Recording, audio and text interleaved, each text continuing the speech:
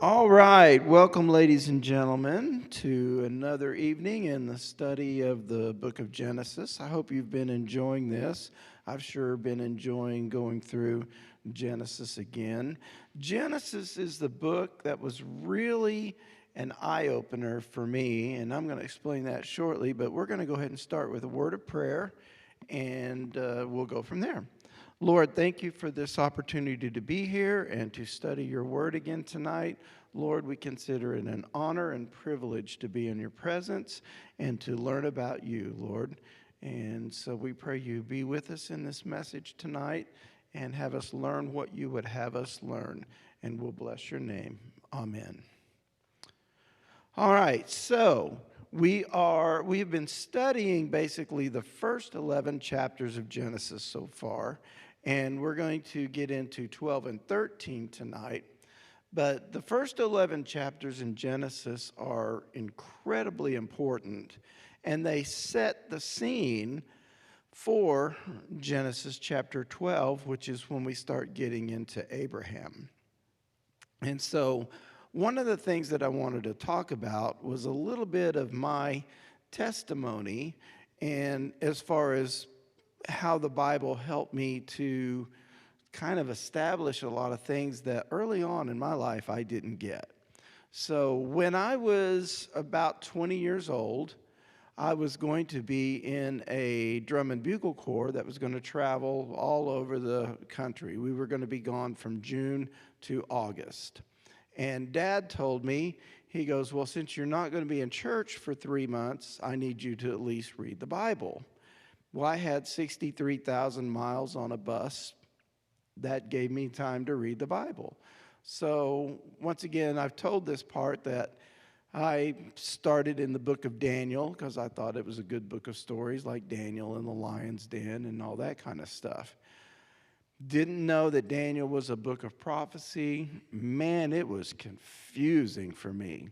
When I got particularly to when I got to chapter 1, I didn't know who Nebuchadnezzar was. I didn't know, what the temple vessels were. And then when I got to the prophecy sections, man, I was really confused. And I honestly felt that I've been in church 20 years because I was 20 years old, and I know nothing about what I'm reading.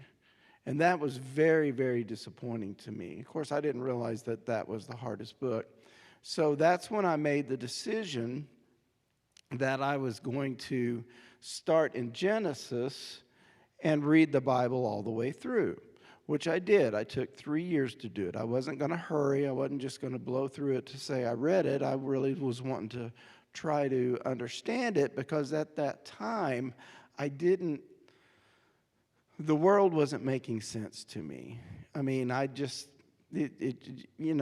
people were telling me this, people were telling me that, and I could have been blown any direction because I really didn't feel like I had any roots. And so I read the Bible through. I read it all the way from Genesis to Revelation in that 3-year period. And like I tell people, when I got to the end of the book of Revelation, I still didn't have a clue. I just didn't get it.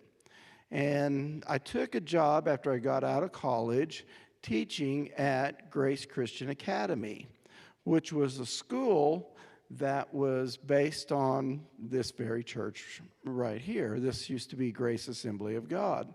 And I was at Grace Assembly of God 4 years not 4 years, like 4 years as the music minister. I had been on staff at the academy as the band director, and I actually taught Bible. And so in one of the classes where I was teaching Genesis to the 7th graders, all of a sudden things started to make sense to me. And it was when I saw Abraham. Because one of the things that I taught when I started teaching Genesis to the 7th graders was this pattern that I had seen, this pattern that we just went through, that God creates, Satan corrupts, God judges, and then God restores. And I saw that pattern over and over. And, we've gone through it. God creates this wonderful, beautiful world. And, and he puts Adam in it. And the first thing, Adam and Eve sin against God. And so he judges them, and he actually kicks them out of the Garden of Eden to keep them away from the tree of life. But he also gave them coats of skin, and he gave them children. We had Adam and Eve, so things are still, we had Cain and Abel, so things are still moving. They've got these kids. Adam calls his wife the mother of all living, so she could be respected after, kind of an embarrassing situation for her. But then we had Cain that killed Abel, and now we got another conflict. And as you know, that moves down. We went through the story of Cain and Abel, and now we had to, you get to Genesis chapter 6, and you have the story with the sons of God and the chaos that they created, to the point that God said, I'm going to flood the earth.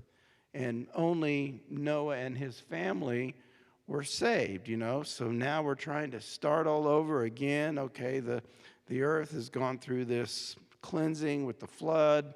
All the people have perished except for Noah and his family. And then all of a sudden, we run into the situation with Ham and Canaan. Now we have another curse that's going on.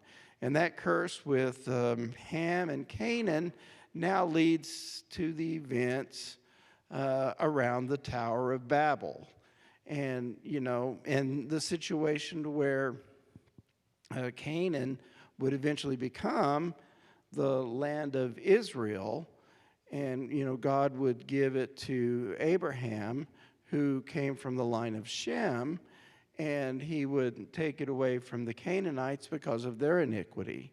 So it's just this constant situation of God creating a really good environment, Satan, with the cooperation of mankind, messing it up, and then God having to, judge that situation and in righteousness restore. Ultimately, that's what God is going to do at the end. He's going to restore the end like it was in the beginning. We will have, that's how the story, will go into eternity, is we'll have the New Jerusalem, we'll have the garden restored, and at some point, there will be no more rebellion. Because honestly, when you're in leadership, and, God is obviously the ultimate leader, leaders don't like rebellion, particularly when you have a good leader, good heart, good intent, good purpose. You want to take care of the people. You want to teach the people how to do things right. You don't want somebody rebelling against you all the time. I mean, I have been a teacher, and I've been that class where you have a lot of students that are fabulous, and then you have maybe a couple students who just make your life miserable every day, all day. They won't do what they're supposed to do, and they just drain all your energy, and they make it difficult. Same thing. I mean, it's nothing more than the same rebellion that mankind, and in our society, starting, it's probably been all the way through, but in the 50s, we began to see the rebels glorified. Those who have the bad attitude, rebel without a cause, that, I think that was a movie. I didn't see it, but it's still the concept. Even in the show Happy Days, it was the Fonz who was the rebel. That was cool, and then of course we get to the 60s when I was born, and you had the rebellion against the Vietnam War and all the rebellions that started in California, and the glorification of the rebel became a thing. But it's nothing new to mankind, and it's my personal opinion that it's more difficult and better to not be the rebel than it is to be the rebel. And I think that's the character that God is looking for. And as you know, last week we did the comparison of the bride and the anti-bride, if you would. We talked about the whore of Babylon and her wanting to be queen without being married to the king. And we did that comparison, but once again, it's still a rebellion to God. And ultimately, that was started by Satan. He was the rebel to God. That battle between God and Satan is still occurring. We're all caught in the middle of it. But the thing that caught me, and it was my first, what I would call light bulb experience, was Abraham. And in my mind, the best I could do when I was in my early 20s, and this wasn't necessarily correct, but not necessarily wrong. So when I saw that pattern of God creates, Satan corrupts, God judges, and then God restores, I see God go on what I considered to be the offensive with Abraham. So God pulls this guy out of the area that is in rebellion to him, one of the areas that is, had been under the throne of Nimrod, like we talked about, and all the people that were rebels toward God. And we are going to see this man be called out. And what God's going to do is he's going to pour all of his goodness into this man and his family, including bringing the Messiah through this man's family. Then all of a sudden, when I saw that, things started making sense to me at this point, because I referred to Abraham as the first Christian, quote unquote. Was I right in that statement? Well, the Messiah would come through him, and there would be the prophecy about the Messiah coming through him. So he believed in his descendant that would come. So it's not wrong in some senses, but obviously, Jesus wasn't born till 42 generations later. But, when I saw what was happening, where God was going to pour all of his goodness into this man and into his family, and he was going to show his expectations of how the God of the universe is actually expected to be worshiped, what he expects of his people, and how we can avoid being in rebellion to God. And we can learn the simple lesson that the God of the universe is good. God is good. And, it's amazing if you think about it, that the God of the universe and the message that he gives us is a message of holiness, a message of righteousness, a message of this is how you honor him. And, it's a fabulous message, because that's what we are supposed to emulate. We are supposed to emulate God as good, God as holy, God as just, God as righteous. We're supposed to take on those attributes, because ultimately, what is God doing? He is training us to be in his kingdom. He is showing us what it is to be a part of his world and his universe forever. And by the way, that doesn't include being rebellious toward him. So when I saw that, I now had something that I could grab onto and say, okay, now I understand what's going on a little bit. And so we're going to learn the things about God that he teaches to Abraham. and what the expectations were. So go ahead and take your papers that we passed out to you. And what these are is, instead of me reading all of the rest of chapter 11, which is basically answers the question of how did we get Abraham? How did we get to Abraham? Who did he come from? What lines did he come from?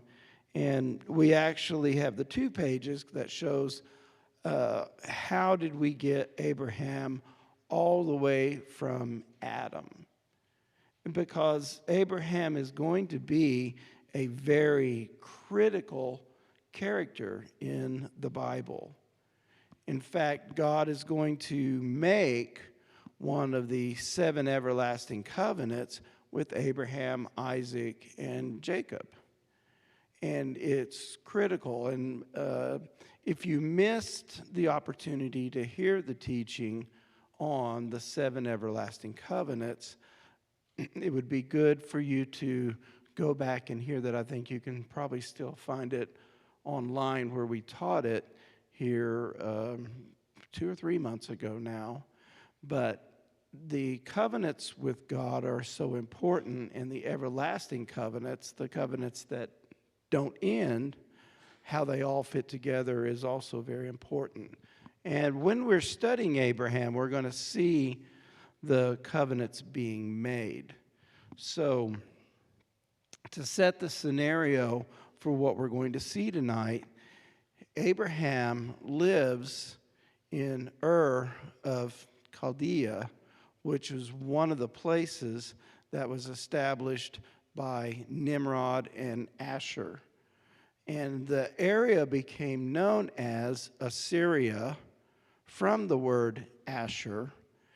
And it was an area where the children of Israel, or the people, the children of Noah, had, particularly in the area of Nimrod and his family and Asher and all those guys, and the rebellion that was led by Nimrod caused that area to go into idolatry, to move away from God. It was a rebellious area. And we're going to see in chapter 12 that God did not want Abraham in that area. God had chosen the land that was on the east of the Garden of Eden, what we call Israel today, as part of Abraham's inheritance. Now, Abraham's inheritance would actually go way beyond that, but that is the area that Abraham was taken to, a lot of the places in the land of Israel, proper as we know Israel today. So let's go ahead, and now that we've done the setup about why God is going to do what he's about to do in chapter 12, let's go ahead and go to chapter 12, Chase, and we're going to start right there. It says in verse 12, or chapter 12, verse 1, it says, "Now the Lord had said to Abram, not Abram, it's not Abraham yet, it's Abram, get out of your country." Okay, so he was going to take him from the area he was in. He had to get him out of this area ruled by the descendants of Nimrod's people. He had to get him completely out of that area, and he was going to take him to a different area. It says, "From your family and from your father's house to a land that I will show you." Okay, so he wanted him to, let's just say it, he was starting over. Abraham was going to be developed as a father. So he had to move away from his father's house. He had to move away from where he was raised, because God was going to start fresh with Abraham, and he's going to give him a different land. And here was God's intent for him. This is verse 2. "I will make you a great nation. I will bless you. I will make your name great, and you shall be a blessing. I will bless those who bless you, and I will curse him who curses you. And in you all of the families of the earth shall be blessed. That is, all the families of the earth are going to be blessed by what God is doing with Abraham. So the question is, how are all of the families of the earth going to be blessed by Abraham? And the answer is a lot.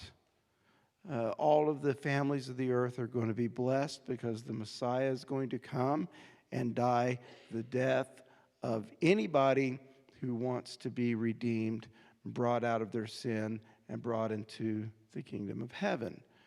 And also, once again, God is going to reveal himself to Abraham for anybody who wants to know him.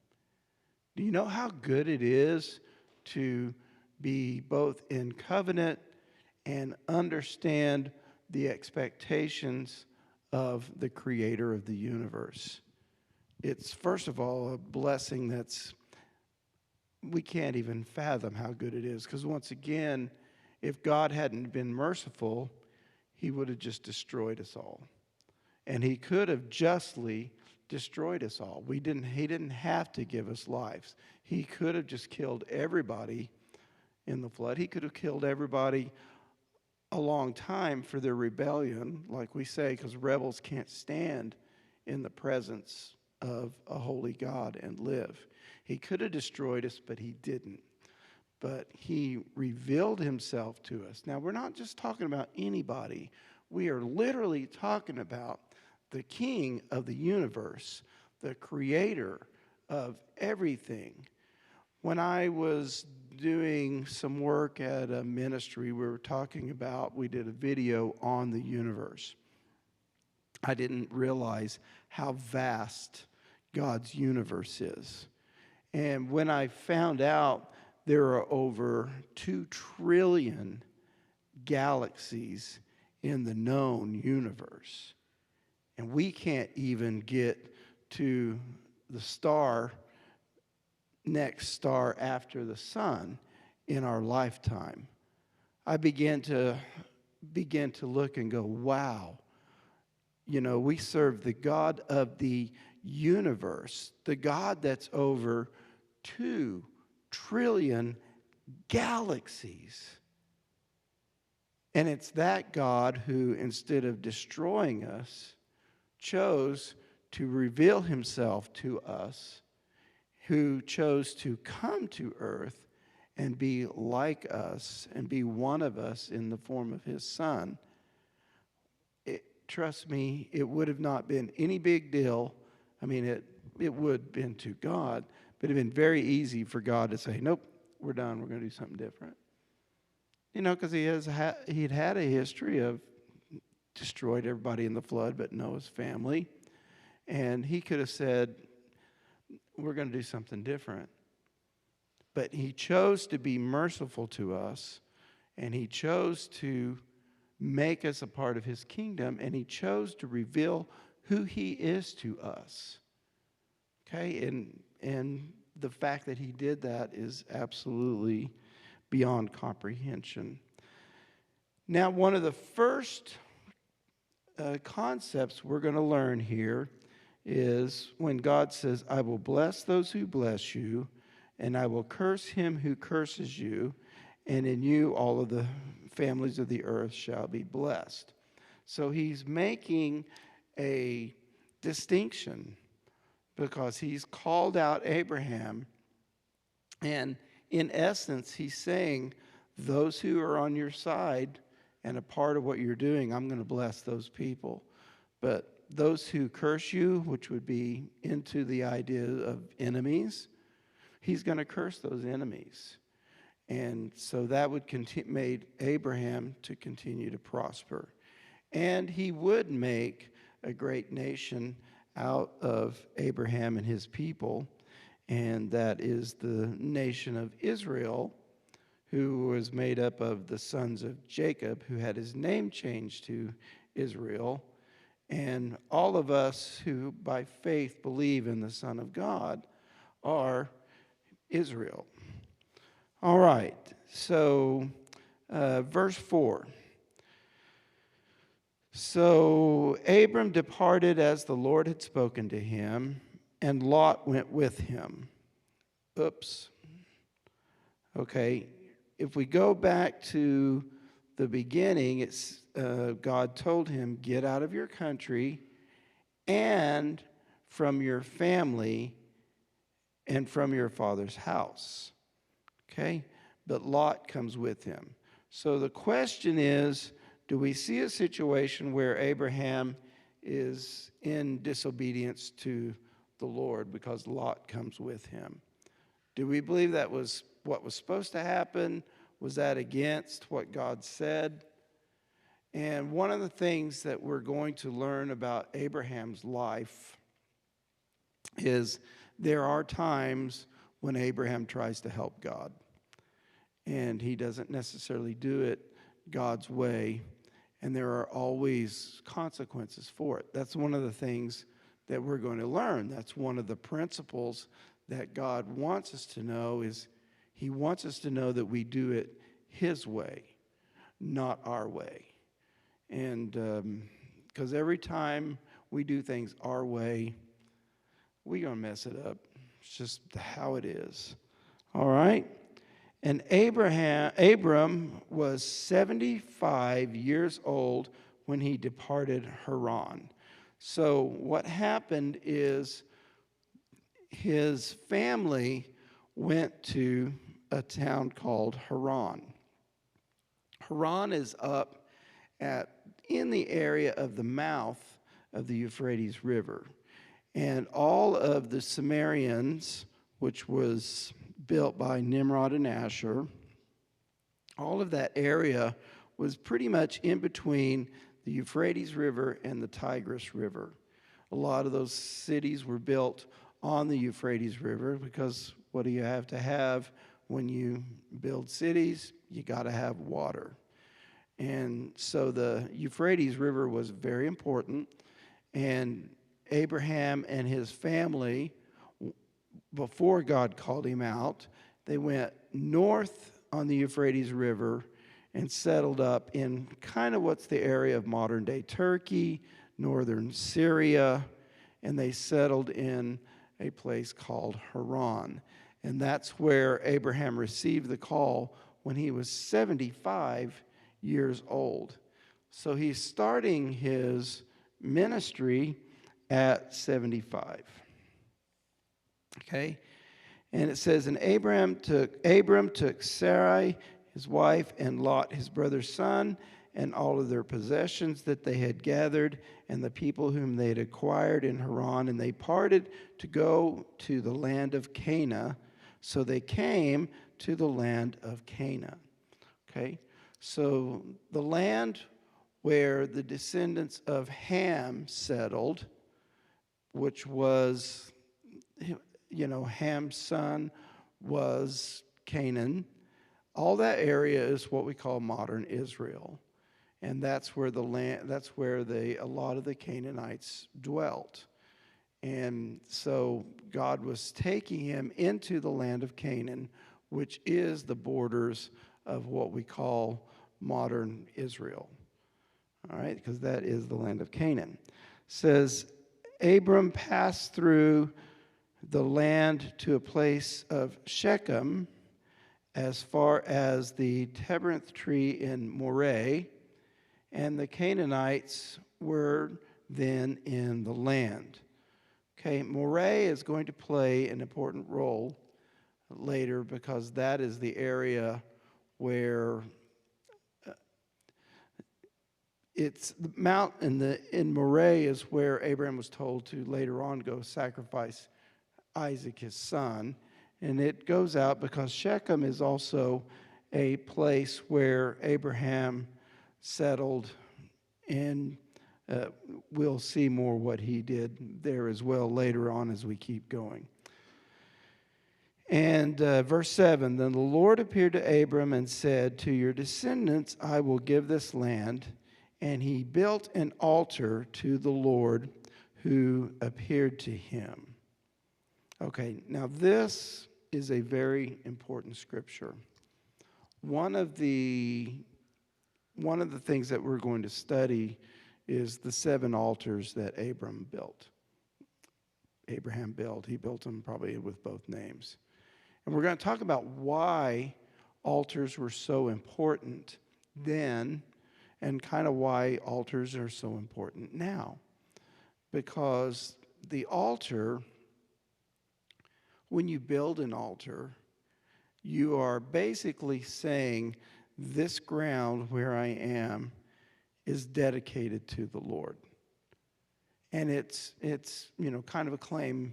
When the altar in Jerusalem was dedicated, when they put the temple there, they would always start with the phrase, the earth is the Lord's and the fullness thereof.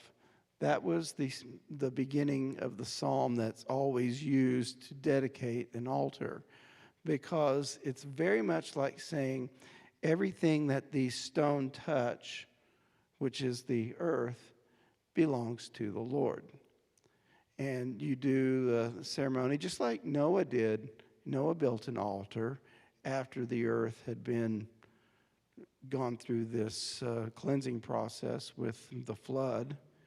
And, and Lord received that sacrifice. It was the place of communion. Right now, you are sitting in an area that is dedicated to the Lord. There's this property that I've spent half my life on this building, basically, and on this property. But everything that is part of this property is dedicated to the Lord. It's used in his service. It's used with his purpose. And so that's kind of what we see when you build an altar and you dedicate an altar to the Lord. It is also claiming that this area, that this land belongs to the Lord and for his purposes. So Abraham is going to build an altar. And then it said, here's what the Lord is going to say back to him for doing that as part of it. Then the Lord appeared to Abram and said, to your descendants I will give this land. And there he built an altar to the Lord who appeared to him. And he moved from there to the mountain east of Bethel, and he pitched his tent with Bethel on the west and Ai on the east. And there he built an altar to the Lord and called on the name of the Lord. So now we're at, Abraham has built 2 altars. So there's 2 places in Israel that is dedicated to the Lord. Now the name Bethel means house of God.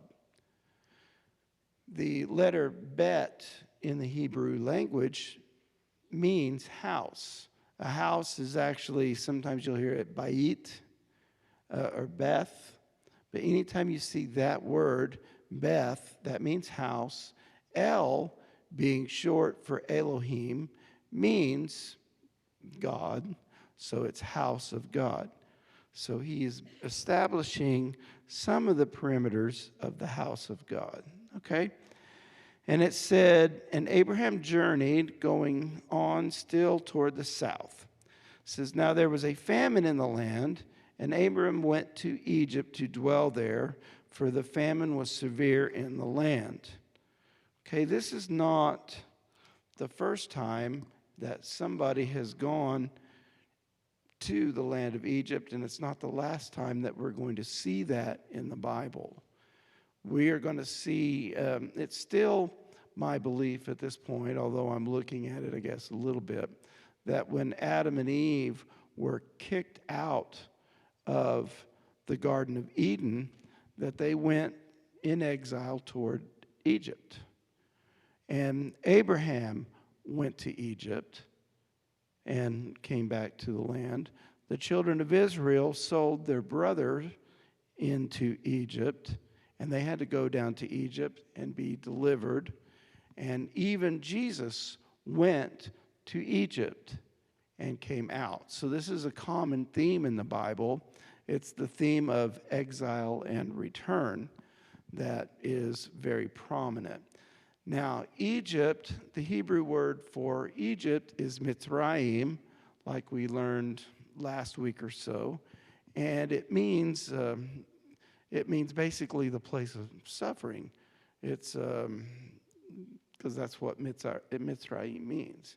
And so they had to go into a place of suffering, and then God would bring them out.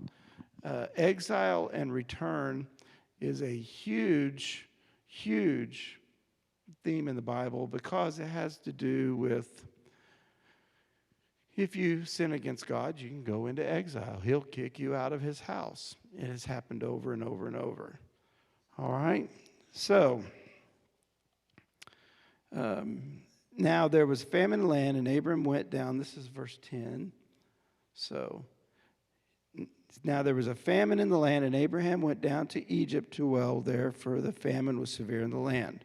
And it came to pass, when he was close to entering Egypt, that he said to Sarai his wife, "Indeed, I know that you are a woman of beautiful countenance.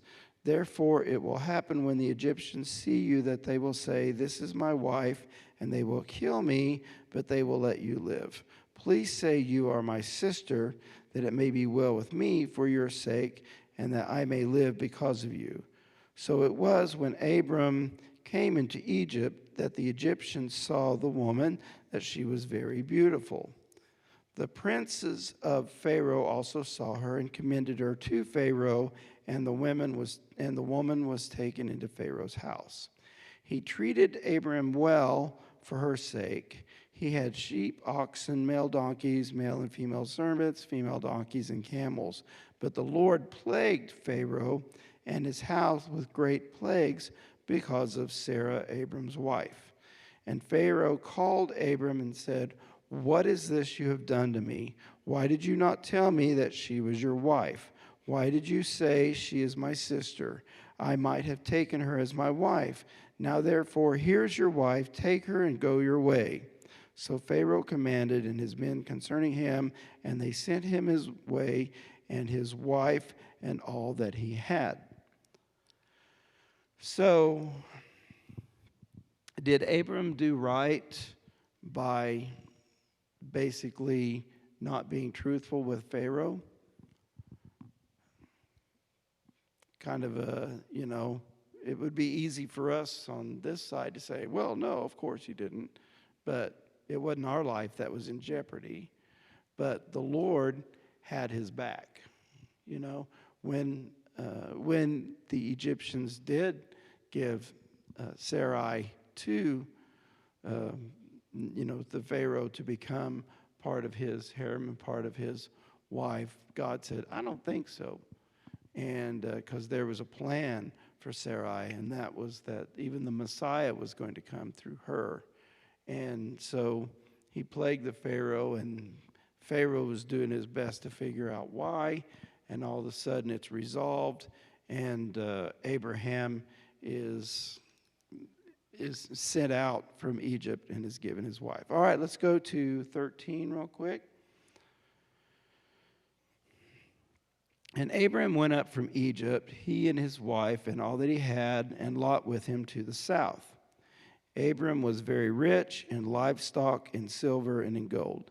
So he went on his journey from south as far as Bethel, to the place where his tent had been at the beginning, between Bethel and Ai, to the place of the altar which he had made there first, and there Abram called on the name of the Lord. I'd like to stop right there. That verse is very convicting. When Abraham didn't know what to do, when he went back to where he had kind of started, he called on the name of the Lord.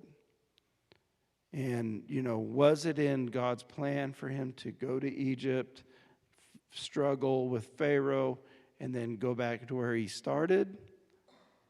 Or is that a result of Abram's plan to avoid the famine instead of maybe God's plan? Because God could have provided for him, but it seems like when we don't do the right things, that we pay a heavy price for it sometime.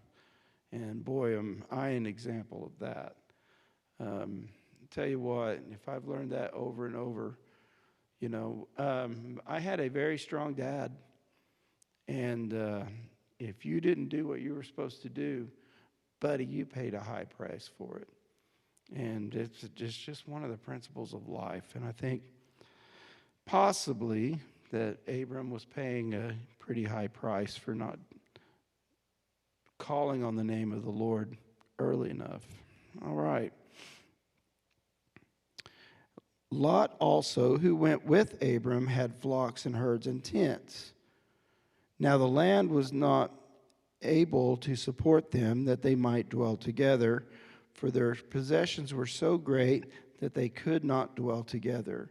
And there was strife between the herdsmen of Abram's livestock and the herdsmen of Lot's livestock. The Canaanites and the Perizzites then dwelt in the land.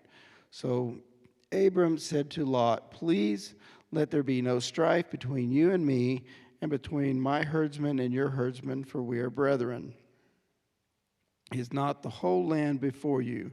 Please separate from me. If you take the left, then I will go to the right. If you go to the right, then I will go to the left."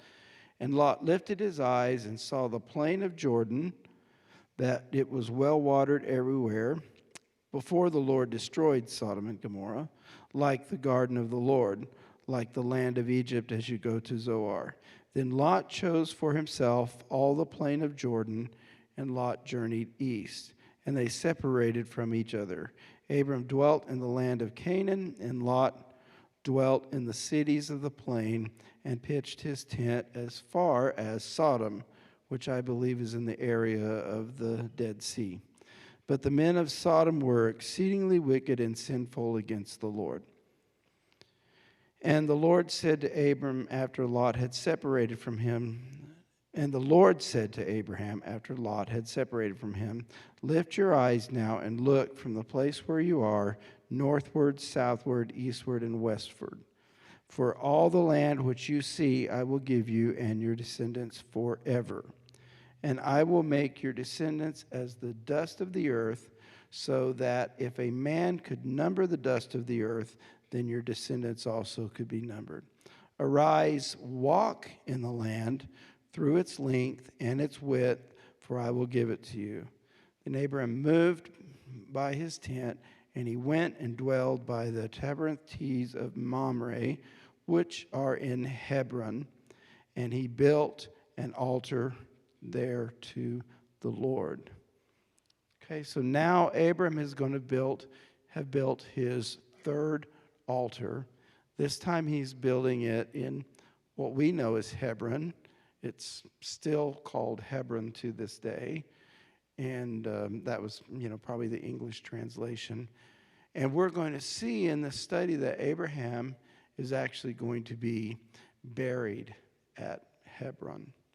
And there's going to be a lot of events even associated with King David, associated with Hebron. So that was kind of the plan for tonight. And, a lot of times we look at leaders and we expect that leaders are going to not make mistakes. And we're all people. We all make mistakes, and we are going to pay a heavy price for our mistakes. It's just the principle. It's just how it is. But we can always do what Abraham did and call on the name of the Lord, and the Lord will make it right. Okay, so we're probably early in comparison to what we usually are, but now if you want to go ahead and do any questions, that would be great.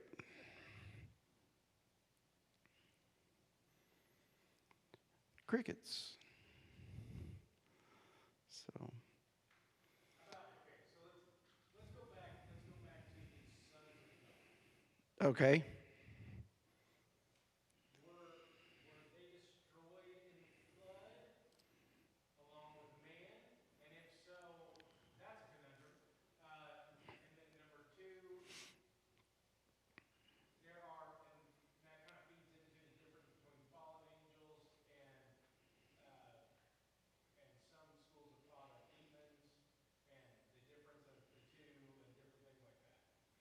Okay, so I know that in Job, in fact, let's just go there. Let's go to Job chapter 1, and we're going to look at the nature of the sons of God. In Hebrew, it's the Bene Elohim. For those who didn't hear the question is, did the flood destroy the sons of God? And Chase was asking about how that relates to what we would call angels or demons, or how does that work?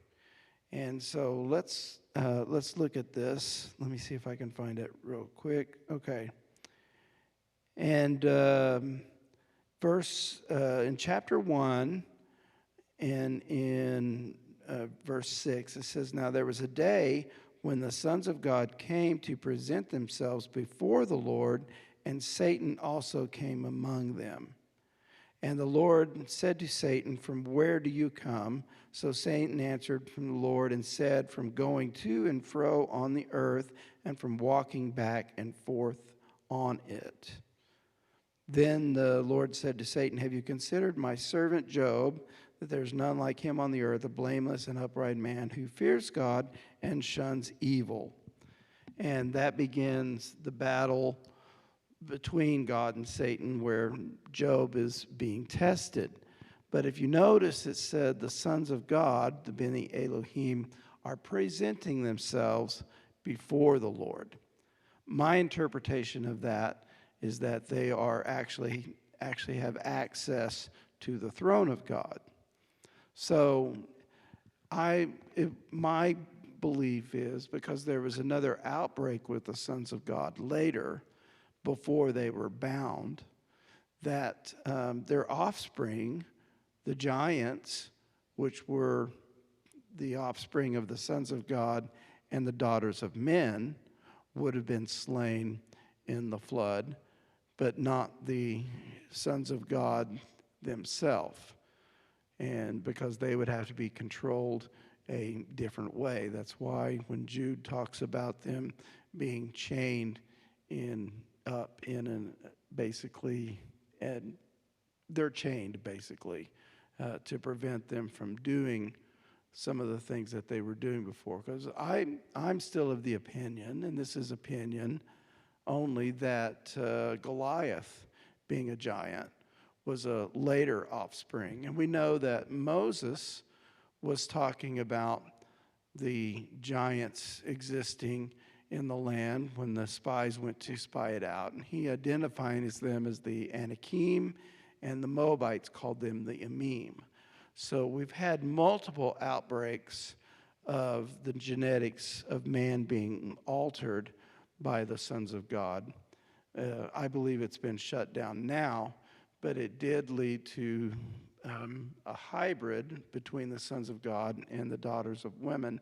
And I do believe that they were destroyed in the flood. And then, King David also had the job of destroying some of the giants during his day. And Goliath was one that he destroyed. Okay?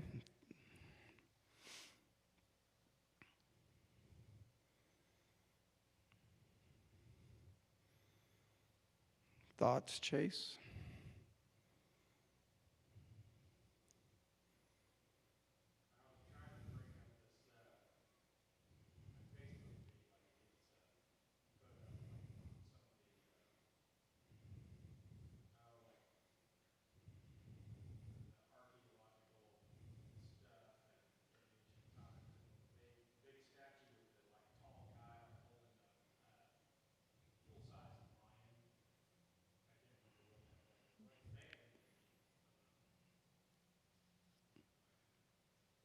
Okay.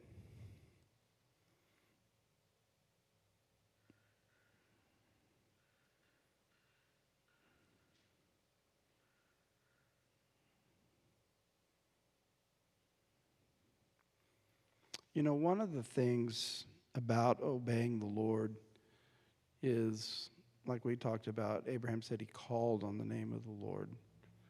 And we've got to hear the voice of the Lord to be able to obey him. And I think we have to be in tune with him and with his word to have an understanding about what he wants for our lives and for us to do the things that he wants us to do. Because I'm king of setting my own agenda, and it's something I need to do better at. You know, I feel like the things that I do for the Lord are good, the studying, but is there a better plan?